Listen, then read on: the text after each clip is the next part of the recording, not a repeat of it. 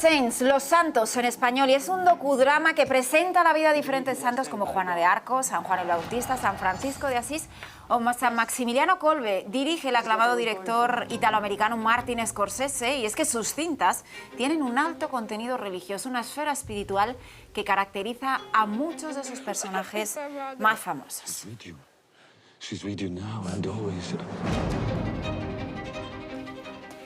Bueno, alguien que conoce muy bien cómo es ese cine es el doctor y crítico de cine Rubén de la Prida, que ahora además acaba de publicar este libro, Los 10 mandamientos de Martin Scorsese, y que ya está con nosotros. Muy buenas tardes, bienvenido Rubén.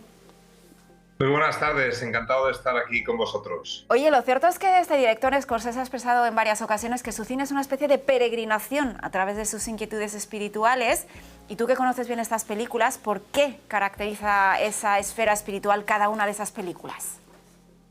O sea, yo creo que en parte el cine de Martin Scorsese es expresión de su búsqueda de lo trascendente, es expresión de su búsqueda de la identidad católica. Él se define como católico cultural, como católico a veces practicante y a veces no.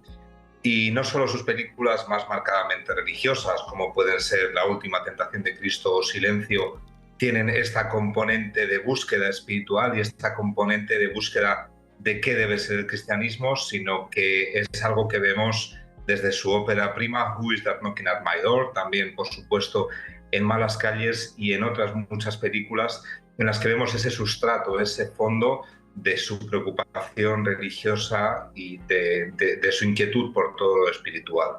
Sabemos también que se ha reunido en varias ocasiones con el Papa, que tiene en proyecto hacer una película quizás sobre la vida de Jesús. ¿Qué más noticias tenemos de esto, Rubén?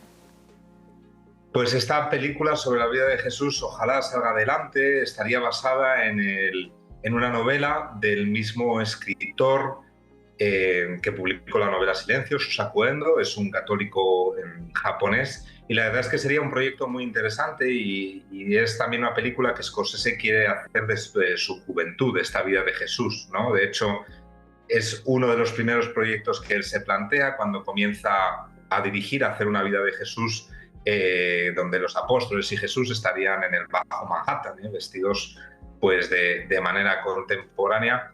Y desiste un poco de esa idea cuando ve el Evangelio según San Mateo de Pasolini. Dice que ya Pasolini le ha hecho la película, y es ahí cuando empieza de algún modo a pensar que sería la última tentación de Cristo. Pero en cualquier caso pienso que sería un gran acierto, ¿no? Si finalmente pudiese recuperar este proyecto que tiene previsto, de algún modo lleva dentro desde su juventud. Rubén, te pregunta mi compañero Julio que al que le gustan las películas de Scorsese, ¿verdad? Me gusta mucho Scorsese y me gustó mucho Silencio, que suscitó algo de polémica en el mundo católico. Algunos adujeron que era algo así como una apología de la apostasía. Otros veíamos la vida humana misma ahí plasmada, el drama, la tribulación, la zozobra y posteriormente la redención, pero bueno, no es el tema. A mí me parece, Rubén, muy significativo que Martin Scorsese, que ya encara los estertores de su carrera cinematográfica, porque tiene 82 años, consagre sus últimos años de vida a hacer esto. ¿Crees que tiene algún significado, que podemos relacionarlo con esa peregrinación espiritual de la que hablaba Raquel? Yo pienso que su cine siempre ha tenido esta componente, pero podríamos hablar de Scorsese como un católico atragantado, es decir, tiene una suerte de catolicismo atragantado. Sus primeras películas, sobre todo Malas calles, en la que él dice que pierde la fe a raíz de esa experiencia de ese rodaje, ¿no?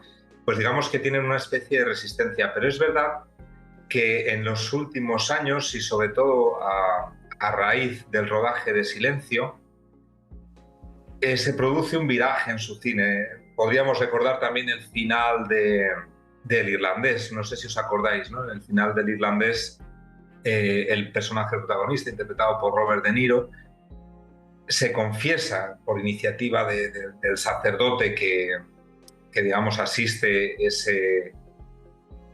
residencia de ancianos, ¿no? Y es como un paso a una posición más reflexiva, a una posición también de poner más en valor lo que es el cristianismo y el valor del cristianismo, el valor de los sacramentos, etc. Con lo cual yo pienso que esta serie, y si llega a la vida de Jesús, también se producen en el momento en el que Martin Scorsese puede hacer frente a este reto, digamos, sin tener el resquemor frente al catolicismo que puede caracterizar sus primeras obras. Digamos que está en una posición más sosegada y más reflexiva respecto a lo que él considera su propia identidad cultural, que es esa pertenencia a la Iglesia Católica.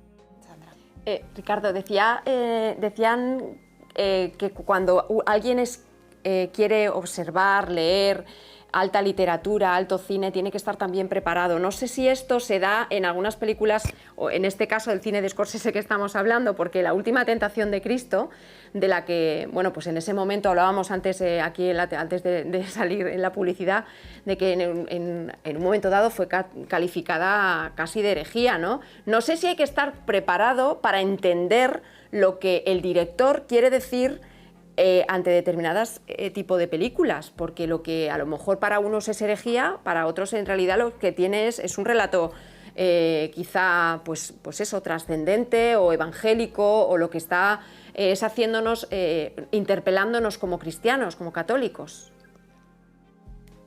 Hombre, en el caso de La última tentación de Cristo ponemos el dedo en la llaga sobre una obra verdaderamente compleja, una obra que fue muy mal entendida en su día. Cuando Scorsese, el productor de la película, dice: ¿tú por qué quieres hacer esta película? ¿Por qué esa insistencia? ¿Por qué ese empeño de tantos años? Un proyecto que fue varias veces rechazado. Scorsese dice: porque quiero conocer mejor a Jesús. Yo creo que es una frase honesta, yo creo que él lo dice de verdad. Y a veces los artistas ven más y ven más allá, y a veces se equivocan también. Yo creo que La última tentación de Cristo marca, más allá de los errores doctrinales que pueda tener, que los tiene sin duda, pero marca un punto de inflexión en la representación de Jesucristo en el audiovisual. Yo defiendo en el libro que sin La última tentación de Cristo, de modo muy evidente, no hubiera sido posible La pasión de Cristo de Mel Gibson.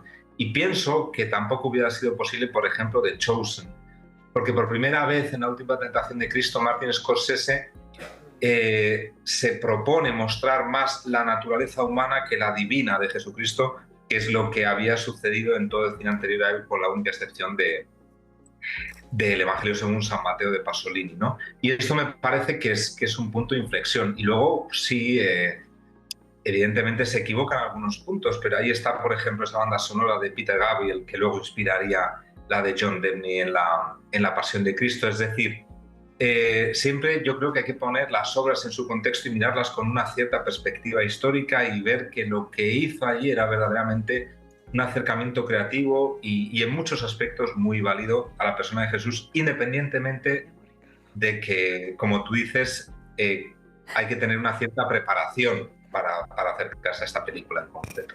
Pues Rubén de la Prida, muchísimas gracias por haber estado hoy en nuestra tertulia. Las respuestas al cine de Scorsese en los 10 mandamientos de Martin Scorsese. Muchísimas gracias, un abrazo muy fuerte. Gracias a vosotros. Hasta Julio pronto. Llorente, muchas gracias.